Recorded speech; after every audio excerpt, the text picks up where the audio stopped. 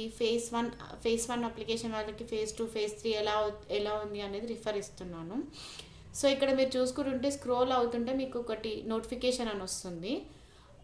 So ఆ notification పైన click చేసినప్పుడు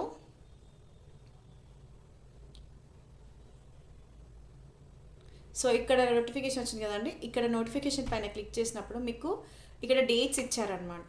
సో ఎప్పుడు నుంచి ఎప్పుడు రిజిస్ట్రేషన్ ఉంది అండ్ ఏ టైం వరకు చెయ్యొచ్చు అనేది ఇచ్చారనమాట. సో ఇక్కడే లింక్ కూడా ఇచ్చారండి ఈ నోటిఫికేషన్లో. జస్ట్ మీరు ఏం టైప్ చేయండి అంటే knruhs.telangana.gov.in అని టైప్ చేస్తే మీకు ఈ వెబ్సైట్ వస్తుంది.